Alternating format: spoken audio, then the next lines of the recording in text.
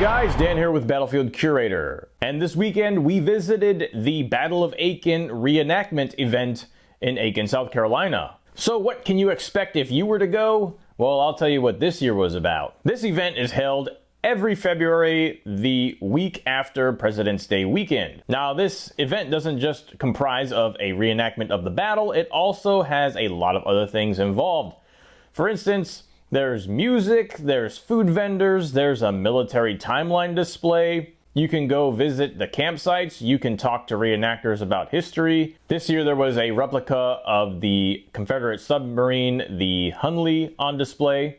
Gift shops, and there's even a Wild West shootout. The first day is Friday, and this usually is for the kids to take a field trip to and go to within the local area. The second day was busy. It was packed. There was lots of people there that day, and you had two battles that took place, as well as a Wild West shootout. So the first battle that takes place in the morning was the Battle of White Pond.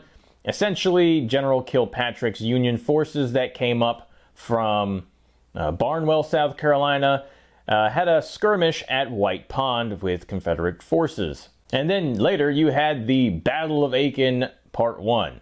Now, just to give you a little history, the Confederate forces in Aiken were commanded by General Wheeler, and of course we mentioned General Kilpatrick and his forces coming up on their way to Columbia, South Carolina. Were just burning a lot of towns, burning a lot of southern towns, and tearing up the infrastructure and causing mayhem. The Confederate forces were able to keep the Union forces from taking over Aiken and burning up the buildings. So the Union forces fell back to Montmorency, which is really on the outskirts of Aiken. And after a few skirmishes, they called a truce. And in a nutshell, that was how the Confederate forces in Aiken were able to hold off the Union. General Sherman fought a war of attrition. A lot of towns in the South were burnt as the Union forces marched through. So if it weren't for the Confederate forces at Aiken, South Carolina, that city would have been burned, and there probably would have been a lot of displacement of civilians and civilian casualties. So let's take a look at some of the footage from the battle.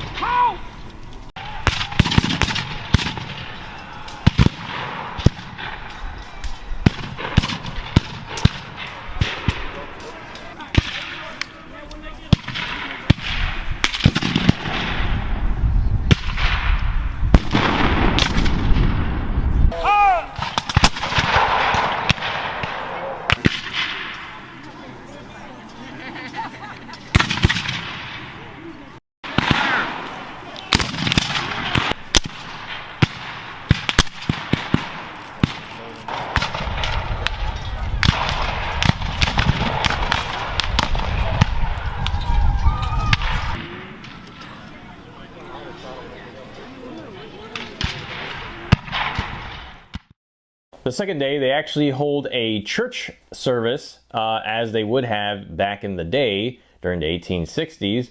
And they also have another Western shootout, and they've got the Battle of Aiken Part 2. Fire!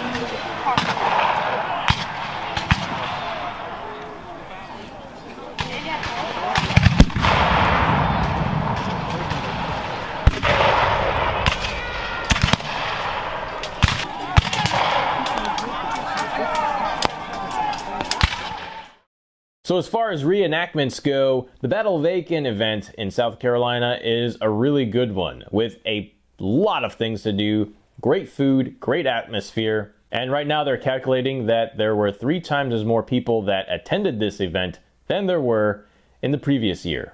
Now that could be due to COVID easing up and people wanting to get out of the house and do stuff.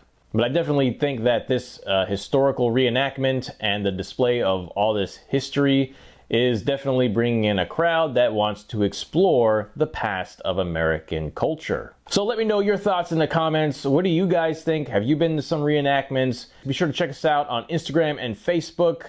And as always, learn history and curate history. Make it a great day.